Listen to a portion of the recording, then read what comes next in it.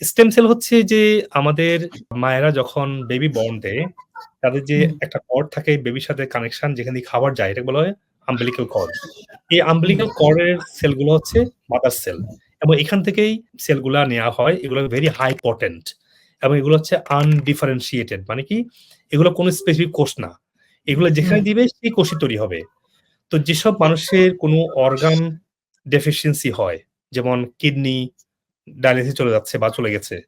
হুম, liver লিভারের একটা অংশ পুরা লিভার সেলগুলো একদম নষ্ট হয়ে গেছে। যাদের হার্টের ইজেকশন ফ্রাকশন একদম কমে গেছে, মানে হার্টের ফাংশনটা একদম কমে গেছে তারা।